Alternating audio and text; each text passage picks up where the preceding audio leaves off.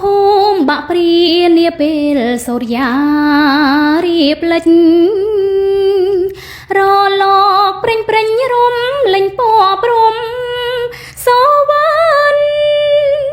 ពពក្រសាត់កាត់មេឃនាពេលសាយយន់ឯនេះផ្កលន់លន់លឺសែនឆ្ងាយស្រណោះភូមិអ្នកនេសាទអណ្ដែតលើផ្ទៃជលសាជុំណោសីហាកត់ត្រារឿងដើមទាំងអូកាលបងនឹងអូនសាំងក្បូនស្នេហាយ៉ាងស្មងអីលើរូបរបោះបង់ចោលអូនឯកាធ្វើម្ដេចរូបអូនជាកូនស្រីអ្នកនេសាទជាបកាមិនស្អាតប្រឡាំងជាប់ក្លិនមច្ឆាបងស្គាល់ជាតិហើយបងផ្កាចោលក្នុងជលសានេះហើយវាសនាបោផានៅភូមិបាំងព្រាបាំងព្រាព្រែកត្រប់បង្កប់រឿងស្នេហ៍នាងក្រដូចព្រាមគេសត្រូវប្តីយកទៅប្រហើ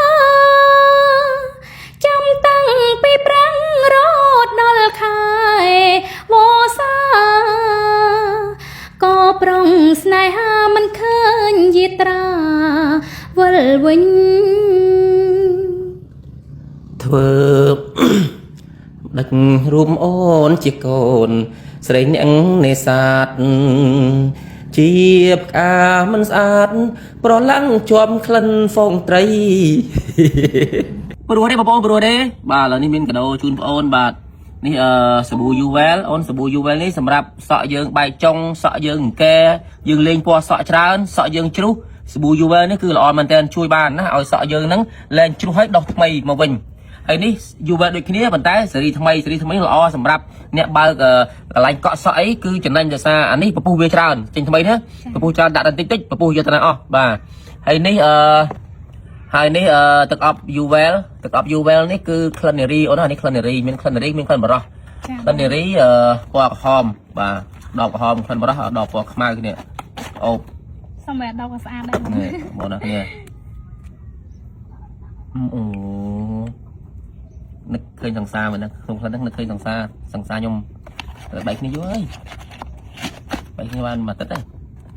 អរគុណច្រើនណាស់ណានេះទៀតនេះមានសាប៊ូ UL មានសាប៊ូអូនអូនច្រើនណាស់បងអរគុណអរគុណអូនហើយជូនពរអូនបានល្បីបាទសង្ឃឹមថាសម្លេងនេះបងប្អូននឹងស្រឡាញ់ហើយនឹងមាន